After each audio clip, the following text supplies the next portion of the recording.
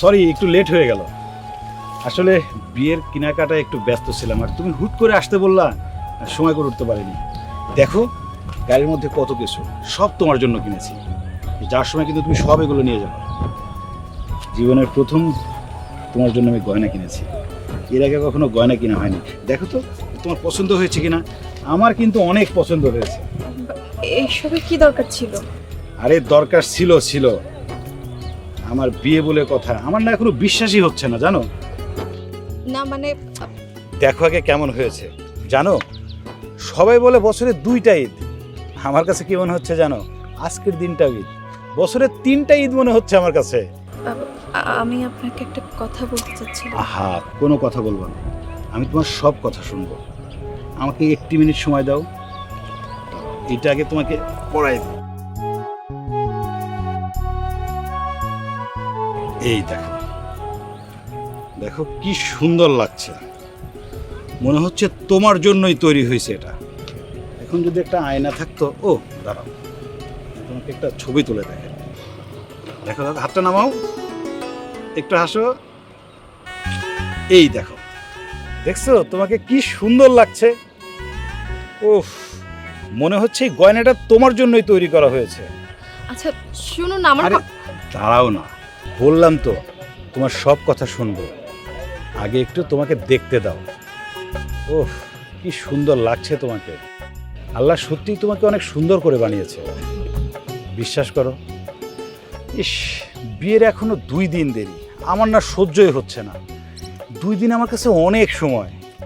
আজকে যে কেন হলো না, একেই বলে ভাগ্য। আমার ভাগ্যটা এত ভালো যে তোমার মতো একটা মেয়েকে পেয়েছি। তুমি হয়তো আমার ভাগ্যে ছিলে, তাই আমি তোমাকে পেয়েছি। আচ্ছা, তুমি যেন কি বলবে বলছিলে বলো তো। কথাটা শোনার পর আপনি আমাকে ভুল বুঝবেন না তো? কি যে বলো না, ভুল বুঝবো কেন, বলো তো। আপনি একটু আগে বললেন না আমাকে পেয়েছেন, আপনার ভাগ্যটা অনেক ভালো। কিন্তু সত্যি কি জানেন, আমার ভাগ্যটাই খুব খারাপ।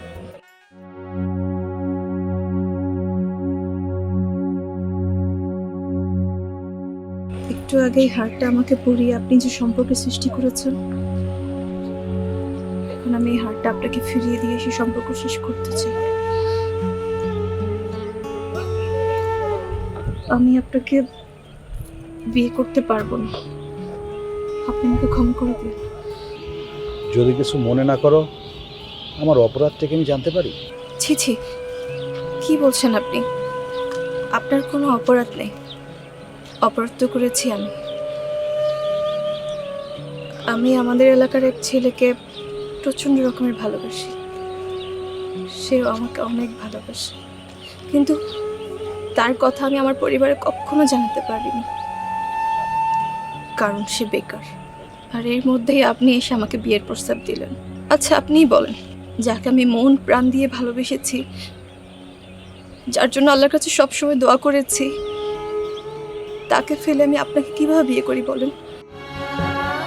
জানেন, ওর সাথে আমার সম্পর্ক আজকে প্রায় অনেক বছরের, আর আপনার সাথে পরিচয় আমার কয়দিনের। দেখুন, আমি হয়তো আপনাকে বিয়ে করলে সুখী হতাম, কিন্তু আমি সারা জীবন তার কাছে অপরাধী হয়ে বেঁচে থাকতে হতো আমার। এখন আপনিই বলুন, একজন কোটিপতির বউ সামান্য একজন গ্রামের ছেলের কাছে সারা জীবন অপরাধী হয়ে বেঁচে থাকতে পারে?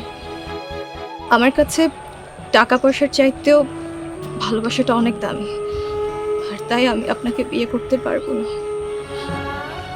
আমি গ্রামের সেই সহজ সরল ছেলেটাকে বিয়ে করতে চাই। কিন্তু দেখো, ভাগ্যের কি নির্মম পরিহাস। 1 মিনিট আগেও তোমাকে নিয়ে কত স্বপ্ন দেখছিলাম, মুহূর্তের মধ্যেই তুমি স্বপ্নগুলো সব ভেঙে দিলে। তুমি আমাকে এমন একটা সত্যের সামনে দাঁড় করিয়েছ, তোমাকে শ্রদ্ধা জানানো ছাড়া আমার আর কিছুই বলার নেই।